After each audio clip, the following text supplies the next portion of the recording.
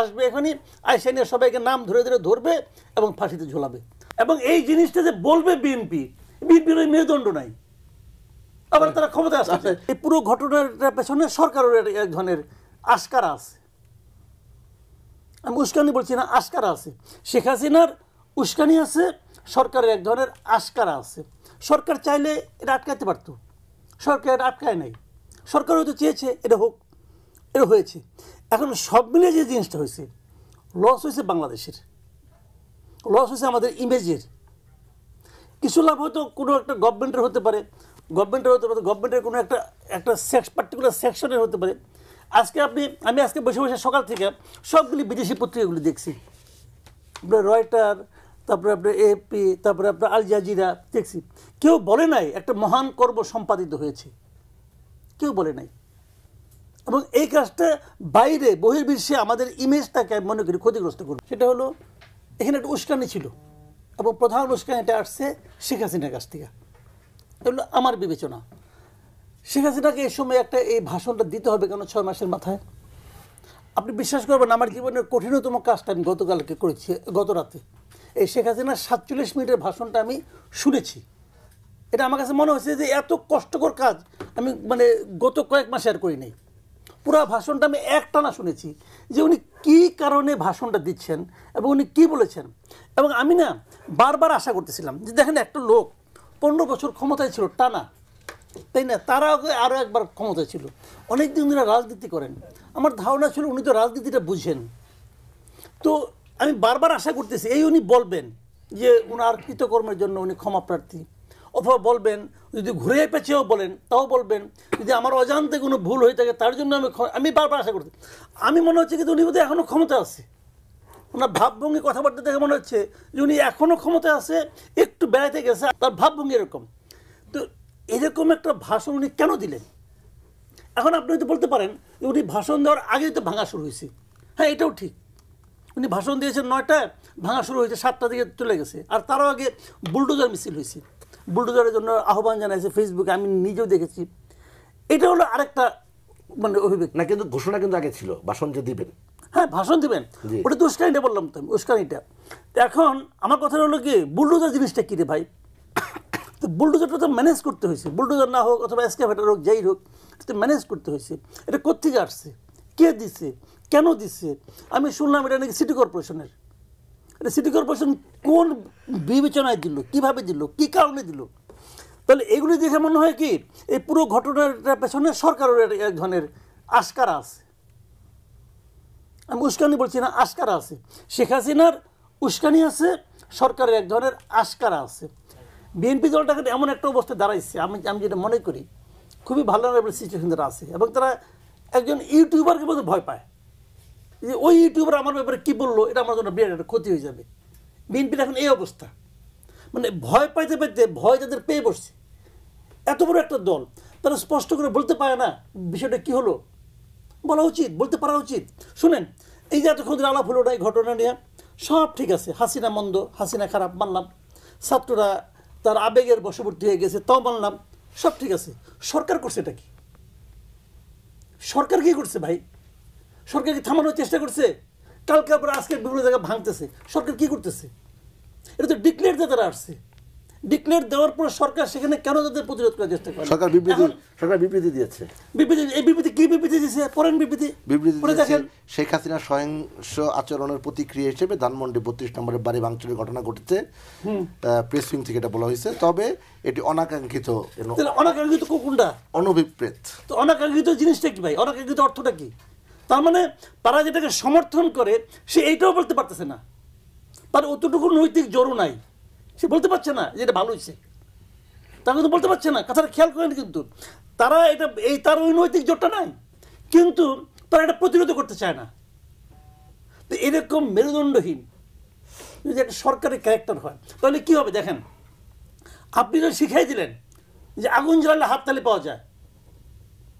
আপনি যাবেন আগুন জ্বালাতে ওই লিডারদের আগুন জ্বালানো শেষ হয়ে গেলো, তারপরে কাকে আগুন জ্বালাবে? তারা আগুন জ্বালাতে শিখে গেছে। আগুন জ্বালালে হাততালি পাওয়া যায়, হাততালি পাওয়ার জন্য পরের দিন সকালে ওটা পরশুদিন কার সঙ্গে ঝগড়া হয়েছিল, অথবা অমুক দিন কে কী বলছিল, এটা মব তো হয়ে যাচ্ছে এখানে। জাস্ট একটা ট্যাগ দিয়ে দিল তুমি স্বৈরাচারের দোষর, দাও আগুন জ্বালিয়া। সরকারের তো কোনো ভূমিকা নাই, সরকারের একটা অ্যাকশন থাকা উচিত ছিল। এবং এই জিনিসটা যে বলবে বিএনপির ওই মেরুদণ্ড নাই, আবার তারা ক্ষমতায় আসছে। বিএনপির মেরুদণ্ড নাই, সরকারের মেরুদণ্ড আছে টাকা, মেরুদণ্ড কারোই নাই, মেরুদণ্ড কারোই নাই, মেরুদণ্ড নাই তো কারো। সবাই খেলে আকার ইঙ্গিতে কয়, এই যে বসে আছে আমি আকার ইঙ্গিতে কইতেছি, আমি তো আকার ইঙ্গিতে কইতেছি। আবার এটাকে অনেকে জাস্টিফাই করার চেষ্টা করে। ভাই এটা একটা নাশকতা স্ট্রেট। দেশে একটা গভর্নমেন্ট আছে, শুনেন 5 তারিখের থেকে 8 তারিখ পর্যন্ত, এই সময় দেশে কোনো গভর্নমেন্ট ছিল না। ওই সময় একটা হুজুগ ছিল, ওই সময় মানুষের একটা ক্রোধ ছিল, ক্ষোভ ছিল, শেষ হয়ে গেছে। মামলা হলো কেন বলেন তো আপনি? এই শেখ হাসিনার বিরুদ্ধে মামলা হচ্ছে কেন? মামলা কোনো দরকার আছে? বলে দিলে পারে, ও দেশে আসলে পাঠিয়ে দিয়ে দেবো। মামলা করতে হবে কেন? এই আদালত করতেছে, আদালতে বিচারকদের বেতন দিতে হচ্ছে, টাকা পয়সা খরচ করার কোনো দরকার আছে? কেন করে মামলাটা? কারণ তারা বহির্বিশ্বকে দেখাতে চায় যে আমরা একটা সিস্টেমের মধ্যে আছি। তো সিস্টেমটা যেখানে ব্রেক হলো, জাহেদ বলতেছে খুব ভালো, এটাকে কীভাবে ক্যাশ করা যায়, সরকার এখন কি করা উচিত, ভালো বুদ্ধিগুলো ভালো, কিন্তু সরকার তো ওই বুদ্ধিটাও নেয় নাই। আজকে যে বিবৃতি দিচ্ছে এটাকে ওর বুদ্ধির সঙ্গে মিলে হয়তো বা শুনেছে, সে সকালে করছে, সকালে একটা আইটেম করছে এটা নিয়ে, এটা দেখছি, সে এই বুদ্ধিটাই দিচ্ছে। সরকার ওই বুদ্ধিটাও ইমপ্লিমেন্ট করতে পারে নাই, কাঁচা হাতের কাজ তো হবে না তোর ভাই। এরকম ভাবে ওই বুদ্ধিটা ইমপ্লিমেন্ট করতো, একটা ব্যাখ্যা দিত। এই ব্যাখ্যাটা তো আন্তর্জাতিক মিডিয়াতেও যাচ্ছে। এই ব্যাখ্যা বললে আবার এই ঘটনার সঙ্গে মিলাইলে এটা হাস্যকর ঘটনা হতো ভাই।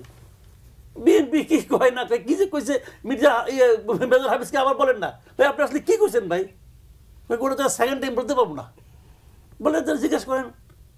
এইটা কোনো পলিটিক্যাল, শুনেন সাধারণ মানুষ কি করে, আমি একটা পাবলিক, আমি কি করি, আমি পলিটিক্যাল পার্টির দিকে তাকাই থাকি যে তারা আমাদের দেশটাকে চালাবে, কোন পার্টি কি বলে এটা শোনার পরে আমি আমার সমর্থনটাকে এদিক সেদিক করি, যে এই পার্টি এটা বলছে আমার পছন্দ হয়েছে, তার পক্ষে আমি আসি। তো এখন যদি এই কথা বলে, তো তার পক্ষে আমি তো চাই যে আমার যে পলিটিক্যাল পার্টি সে একটা স্ট্যান্ড নেবে, সে একটা দৃঢ় পদক্ষেপ নেবে, স্পষ্ট করে কথা বলবে। তার এই কথার অর্থ তো আমি ভালো মতো বুঝি নাই, তো পাবলিক কি বুঝবে? আমি তো ভাই মাস্টার ডিগ্রি পর্যন্ত তো পড়ছি, তো একটা রিক্সাওয়ালা কি বুঝবে এই কথার থেকে? কিচ্ছু বুঝবে না। দেখেন বিএনপির সঙ্গে সংস্কার যে আপনার যে কমিশনগুলো হয়েছে, এটা নিয়ে বিএনপির সঙ্গে এক ধরনের বিরোধ হবে, এটা অবধারিতই ছিল। অবধারিত ছিল এই কারণে যে বিএনপি তো আরও আগে তাদের 31 দফা দিয়েছিল রাষ্ট্র সংস্কারের। তারপরে এই অন্তর্বর্তীকালীন সরকার যখন সংস্কার কমিশনগুলো গঠন করলো, তখন যদি বিএনপি বলতো যে ঠিক আছে আমাদের সংস্কার প্রস্তাব আছে বিভিন্ন ক্ষেত্রে, এগুলির সঙ্গে আপনি নিয়ে আলোচনা করেন, তা কিন্তু করেনি। বিএনপি যখন এদিকে সংস্কার কমিশনের মিটিং হচ্ছে, তখন বিএনপি কিন্তু প্যারালালি সারা দেশে তাদের 31 দফা নিয়ে তারা কিন্তু মাঠে কাজ করেছে, এবং একদম উপজেলা পর্যায়ে পর্যন্ত তারা কিন্তু আপনার ক্লাস নিয়েছে, বুঝিয়েছে, বুকলেট করেছে। তার মানে তারা নিজেদের সংস্কার যে প্রস্তাবগুলো আছে এগুলোকে কখনোই প্রচারের ক্ষেত্রে মানুষের মধ্যে মানে আপনার মানুষের মধ্যে এর মধ্যে একটা জনমত গড়ে তোলার ক্ষেত্রে বিন্দুর মাত্র কিন্তু শৈথিল্য দেখায়নি। তার মানে তারা তাদেরটা নিয়ে কিন্তু মোটামুটি শক্ত অবস্থানে আছে। এখন যখন জাতীয় ঐকমত্য একটা হবে, যে কমিশনটা অলরেডি গঠন করা হয়েছে, সেখানে যখন বিএনপি যাবে, বিএনপি কিন্তু তার নিজের দাবিগুলো নিয়েই যাবে, যে আমার তো অনেকগুলো কমিশন আছে, দাবি আছে, এই দাবিগুলো নিয়ে আপনারা কি বলবেন, কি করেন। এখানে কিছু কিছু ঘাটতি আছে, যেমন আপনার এই তাদের এই 31 দফা তো আপনার এই জুলাই আন্দোলনের ব্যাপারটা তো নাই, আসলে একদমই নাই, এটা থাকা উচিত ছিল তাদের, এটা কেন ঘাটতি আমি যাই না, যাই হোক। তো এগুলো নিয়ে কিন্তু আসবে আলোচনা, সে আলোচনা তারা খুব একটা ছাড় দেবে আমার কাছে মনে হয় না। কাজে এটা নিয়ে আমি মনে করি যে আপনার ফেব্রুয়ারি 15 তারিখ পর থেকে যদি তারা বসেন, কিছু একটা হবে, আমি জানি না কী হবে। আর সরকারে যে সংস্কার কমিশনগুলো করেছে, যে 8টা নিয়ে মানে যে 6টা নিয়ে এখন আলোচনা হচ্ছে, এগুলোই তো মূলত আসবে। তো এই কমিশনগুলো আমার বিবেচনায় আপনি তো মার্ক হয় নাই। কমিশন যে গঠন করা হয়েছে, যাদেরকে নিয়ে কমিশন গঠন করা হয়েছে, এর মধ্যে কিছু কিছু ক্যাপাবল লোক আছেন, আবার কিছু কিছু মুখ চেনা লোক নিচ্ছে তারা। এবং সেখানে যে কমিশনের যে রিপোর্টগুলো পেয়েছি, যতটুকু জানতে পেরেছি, ডিটেল তো আর পাইনি, যতটুকু জানতে পেরেছি, এটা নিয়ে আমার মানে প্রচুর আপত্তি আছে আমার কাছে। তো আমার কাছে মনে হয় যে এটা নিয়ে একটা মোটামুটি ডিবেট একটা হবে। এটি তো চূড়ান্ত না, ডিবেট হবে, আলোচনা হবে, দুটো মিলিয়ে চলবে। তো আমার মনে হয় এটা নিয়ে যে খুব খুব দ্রুতই কোনো সমাধানে পৌঁছা যাবে, এটা আমার কাছে মনে হয় না। তবে ডক্টর ইউনূস খুব একটা ভালো পথ ধরেছেন।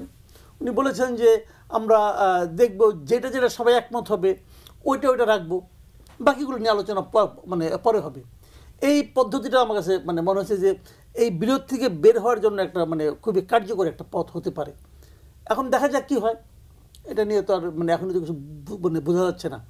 15 তারিখের পরে হয়তো যখন সবাই মিলে বসবে পলিটিক্যাল পার্টিগুলি নিয়ে এটা, তবে আমার একটা নিজস্ব একটা ব্যক্তিগত আবদার থাকবে যে আমি সরকারের কাছে চাইবো আমি যে যে কমিশনগুলো তাদের রিপোর্ট দিয়েছে পূর্ণ রিপোর্টটা পাবলিক ডোমেইনে দিয়ে দেওয়ার। মানুষের ক্রয় ক্ষমতা বেড়েছে, তো 5 বছরের বেতন বাড়ে না, ক্রয় ক্ষমতা কী হয়ে পারে? টাকা পয়সা কি আসমানি উপায় আসে? ভাই আসমানি উপায় টাকা আসে না, আসলে তো আমাদের নবী খেজুর খেয়ে ই করতো না, রোজা রাখতো না। আসমানি উপায়গুলো আসে না, এটা আর্ন করতে হয়, নাহলে লুট করতে হয়। তো এখন উনি যেটা বলতেছেন যে দাম মানে এগুলি কি জানেন, মানে এক এক সময় এক একটা লেম এক্সকিউজ দিয়ে তারা কিছু একটা করে নেয়, করে নেওয়ার পর পরে নানা রকম চাপ পরে এক একটা 100 ব্যাখ্যা দেয়।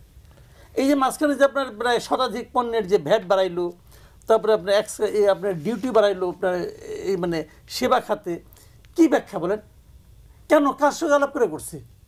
অথচ এই আহসান মনসুর আগে সরকার আমলে কিন্তু বলতেন উনি যে এক্সপার্টরা সবার সঙ্গে আলাপ আলোচনা করে করেন, তো ওনারা কিন্তু এটা করেন না, ওনারা কিন্তু এটা করেন না। কি বলবেন, এখানে বলার কিছু নাই। এই সরকার বেসিক্যালি অনভিজ্ঞ সরকার, অনভিজ্ঞ হওয়া স্বাভাবিক, অভিজ্ঞ সরকার আপনি পাবেন কই? তো অনভিজ্ঞ হোক, কিন্তু অনভিজ্ঞ হওয়ার ফলে ওনারা যে বুঝবেন যে আমি অভিজ্ঞ লোকদের কাছ থেকে পরামর্শ নেই, এক্সপার্টদের কাছ থেকে পরামর্শ নেই, এত কিছু তো লাগে না রে ভাই। সিম্পল আমি একটা কথা বলি, ধরেন একটা কোনো বড় একটা সিদ্ধান্ত নেবেন, যে সিদ্ধান্তের কারণে সাধারণ মানুষের মধ্যে একটা প্রভাব পড়তে পারে, নেতিবাচক প্রভাব পড়তে পারে, ওনারা কিন্তু সহজেই পারেন, পলিটিক্যাল পার্টিগুলোকে ডাকতে পারেন। কিন্তু আমার সামনে এই ক্রাইসিস, বলুন তো আমরা কী করতে পারি? এতে কিন্তু আত্মসম্মান যাবে না, ইজ্জত যাবে না, কিন্তু ডাকতে পারেন, তবে ডাকলে অসুবিধাটা কি? তারপরে কিন্তু সবাই মিলে সিদ্ধান্ত দেবেন, পলিটিক্যাল পার্টিগুলো তারা অবুঝ না, তাকে সিদ্ধান্ত দেবেন, কিন্তু ওইটা করে তাদের ইজ্জত যায়। আমি যা বলবো এটা বলা যাবে না, পলিটিক্যাল পার্টিকে ডাকবো খালি চা খাইতে, তো এটা তো হলো না। ওবায়দুল কাদেরের ভাষায় যদি বলি, আসলে এরা কারা, কোত্থেকে এলো? এরা বাংলাদেশেরই অধিবাসী, তো বাংলাদেশ থেকে আসছে, এদেরকে খোঁজার জন্য অনুবীক্ষণ যন্ত্র দরকার নাই, দূরবীনও লাগবে না। এটা খুব স্বাভাবিক যে এই ধরনের একটা ঘটনা যেটা ঘটছে, এটা অনেকের কাছে অনাকাঙ্ক্ষিত, আমার কাছেও অনাকাঙ্ক্ষিত, এটাকে আপনি নাশকতা বলতে পারেন, কিন্তু তারপরেও এটা ছিল অবধারিত। এটা আমার বিশ্লেষণ যেরকমভাবে, এই পুরো জিনিসটা এটা নানা ধরনের ব্যাখ্যা হতে পারে। প্রথম যে ব্যাখ্যাটা আমার মাথার মধ্যে আসবে, এখানে আইসা নিয়ে সবাইকে নাম ধরে ধরে ধরবে এবং ফাঁসিতে ঝোলাবে,